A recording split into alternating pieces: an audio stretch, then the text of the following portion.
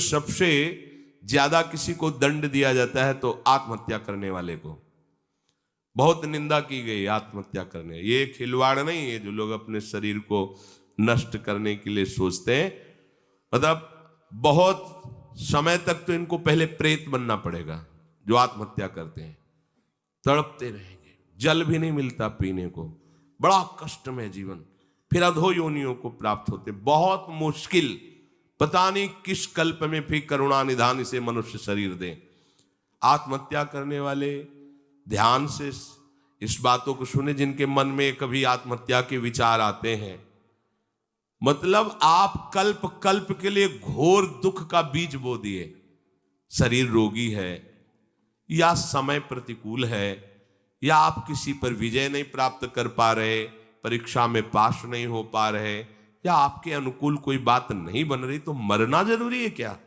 मरने से समस्या का समाधान हो जाएगा क्या?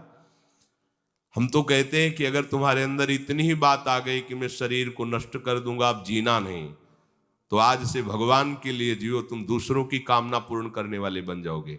अपनी कामना, मरने की जरूरत है, मर जाओ इस बात से कि आज से मैं अपना जीवन प्रभु को दिया। जब मरने के लिए तैयार हो तो अब क्या इच्छा, अब जैसा चाहे प्रभु करे। तुम ऐसे महात्मा बन जाओगे, सतरत सतरत सा लोकांतार्यति।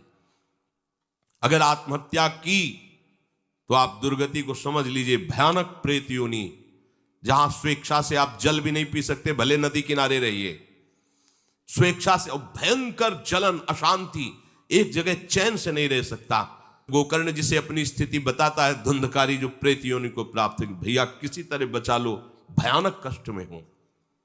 यह आत्महत्या करने से समस्त दैवी शक्तियां उससे नाराज हो जाती हैं। तुम्हें जीवन मिला है दुख से लड़ने का, ऐसे अच्छे काम करो, ऐसे भजन करो, तुम्हारा मंगल हो जाए।